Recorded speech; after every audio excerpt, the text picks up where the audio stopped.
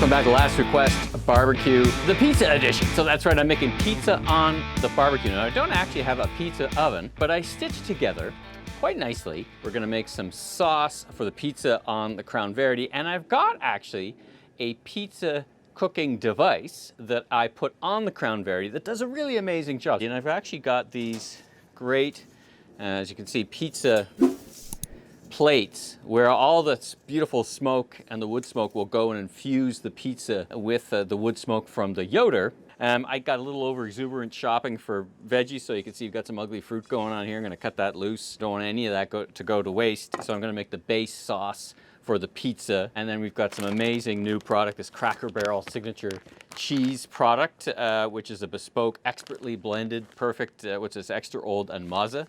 Some mushrooms, all that stuff. So we'll get the base, we'll put it in the Vitamix, we'll make all that nice and smooth, and we're going to roll out the dough. Anyway, it's going to be a great episode.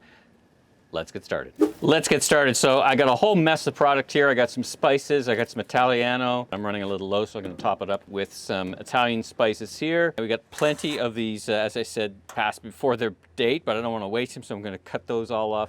We're gonna make a very versatile base. It will be a base for the pizza sauce, the red sauce, but then it will also be a savory, nice savory base for other pastas and other things I do throughout the week. So, without further ado, let's get chopping. I'm also, by the way, going to make some curried mushrooms. I'm going to put those onto my pizza separately, so I'm not going to blend them into the pasta sauce, but we're going to kind of all do it concurrently. All right, well, let's get chopping.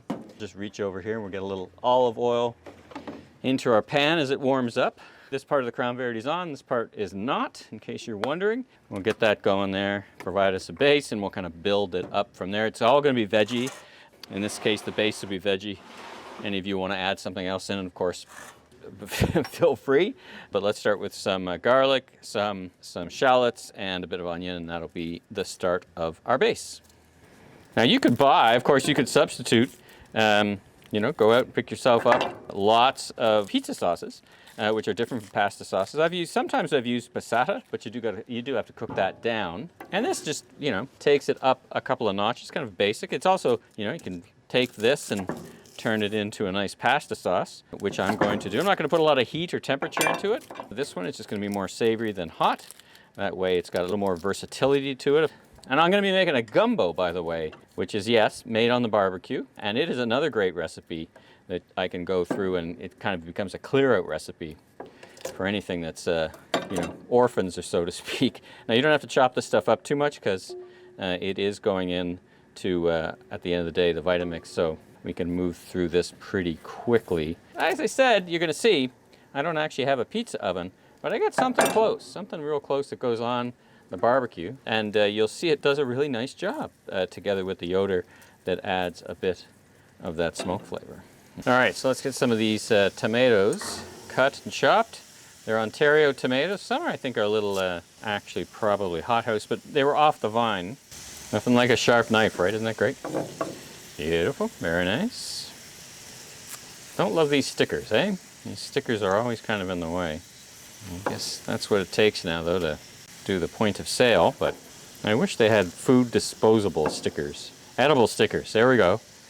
$1 million idea for who's ever watching from the adhesives plastics industry. Put a little bit of salt and pepper in here now. We'll be putting some other spices once we build it up, but this is a good time for a bit of salt and pepper. Add a bit of salt, bit more salt and pepper, and then let's put in our spices.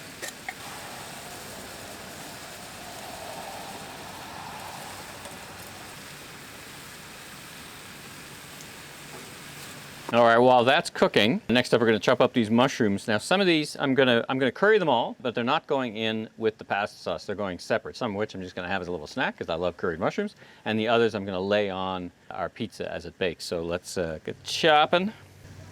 Big slices. I want the big slices. I love chopping mushrooms, actually. Is that wrong? I like chopping stuff. What does that mean? My wife Paula doesn't like mushrooms, so I don't eat a lot of mushrooms. She's the baker, right? So she's the one Paula is the one who's going to be rolling out the dough to perfection. So she's more precise. I drive her bananas when I cook because I don't make precise measurements. Kind of a philosophy, right? All right, I've done all these mushrooms. As I said, it's a lot of mushrooms. These are not all going on the pizza, but they're going to be used for a mix of things, including into an omelet tomorrow. Yum. With some burn bray eggs, my favorite eggs. Sam says, Sam the Cooking Guy, one of my favorite shows, talks about intentional leftovers. So this will be an intentional leftover strategy where we've got some delicious mushrooms, lots of yummy butter, mixed in with some curry, and that will both be the mushrooms that will go on my pizza, and also the mushrooms I'll have a little snack of, and then, you know, they're gonna go into my omelet tomorrow. Oops, man overboard. Get it in there. Now I've just tasted this, it's coming along really well, but I'm gonna add a bit more garlic powder, just to kick up the garlicky-ness of it a little bit. All right, tomato sauce is ready to go into the Vitamix. I'm liking the look of this, the whole tomatoes. Add some real body and depth to the flavors. Let's put the top on and give that a whirl.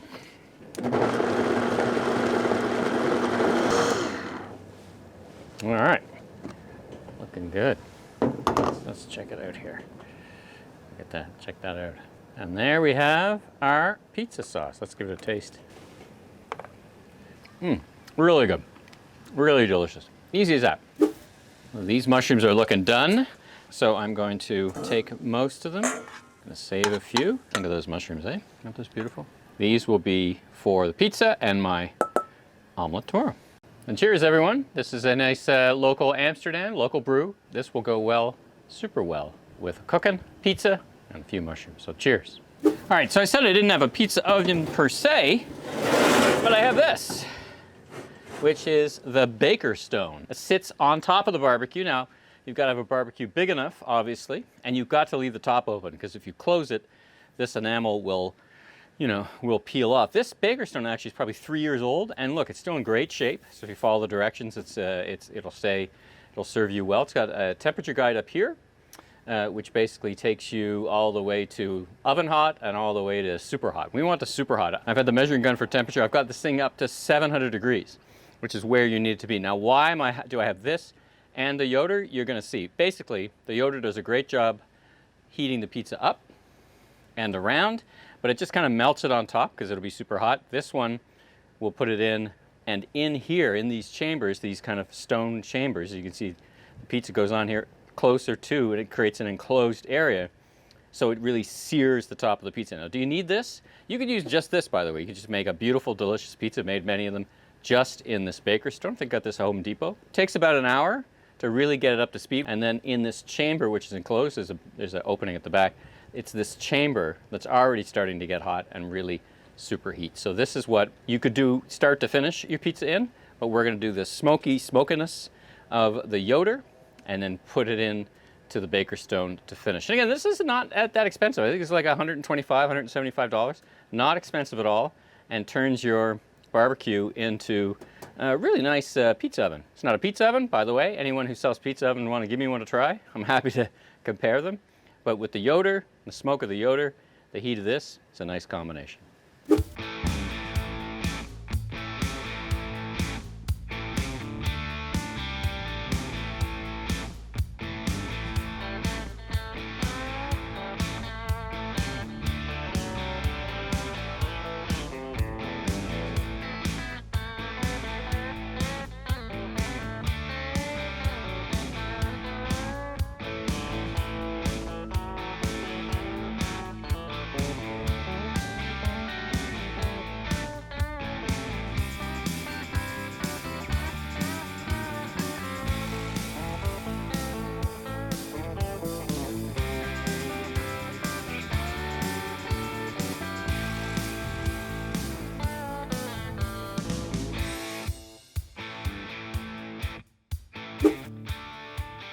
All right, our Yoder is rocking hot. We're now up to 595, almost 600 degrees. Our pizzas are ready. You've seen those come together, whatever ingredients you love. And we're gonna move them around a little bit, and then we're gonna swap positions. Close that up. And then we'll move it over to the Crown Verity and the BBQ stone, the pizza stone, to get that topping, that sizzle on the top. Now, if you don't happen to have, you know, a pizza stone, what you can do is cook it on the Yoder or your smoker at super hot degrees. And again, I've taken the metal shield off. That's one of the reasons it can get so hot. So that's direct fire now. And if you don't have this, put it in your oven and put it to broil.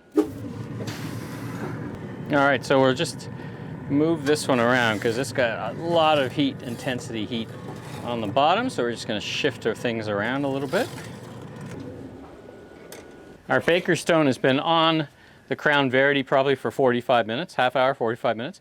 And again, it's end of season, so it takes that kind of time. But it's holding its heat well. It is now in the pizza cook area, so let's check it out and let's see what the temperature is inside. All right, 506, 537, 537 degrees, 610.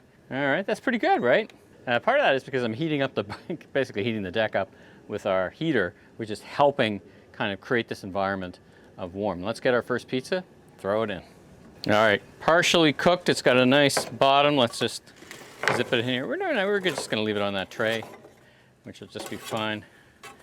What I want to do is get that up. This is mine because you can see that those mushrooms. But boy, it's, see, look at that. It's got a nice crust on the bottom. You can see that crust on the bottom. Very smoky. You can smoke, very smoky flavor right now. Let's finish that off in the BakerStone.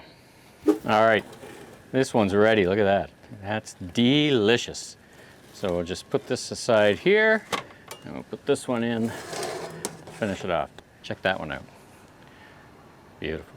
And that's all just from the Yoder. Spin this around. I don't want to overcook this one. It's already looking quite yummy. Thanks again to Lactalis. Cheese World. If you haven't, if you live in the GTA, Greater Toronto area, you can order cheese direct to your home from cheeseworld.ca. That's part of Lactalis, the big Canadian and global dairy and cheese. It's a really interesting concept because they're bringing in all their international cheeses and assembling them in Cheese World. Ships to your door. I've tried it on the bespoke smoked mac and cheese and it was delicious, so I expect very similar here. It's so easy, right? I mean, it's not like your plain, you know, cheap and cheerful bagged cheese. It is a really nice flavor. That's my expectation anyway, so we'll see. All right, that one's looking done. Let's get our third one in. Now, there's two of us for dinner, but we always like to make a third. Also because, of course, it thins out the crust. I don't like a thick crust pizza. I like more pizza than dough. All right, and there you have it. This one's done. Let's call this one done. I've turned the Crown Verity off. Delicious, look at that. 3 delicious smoky pizzas. Thanks, Crown Verity, Yoder, and the BakerStone. Bon appetit.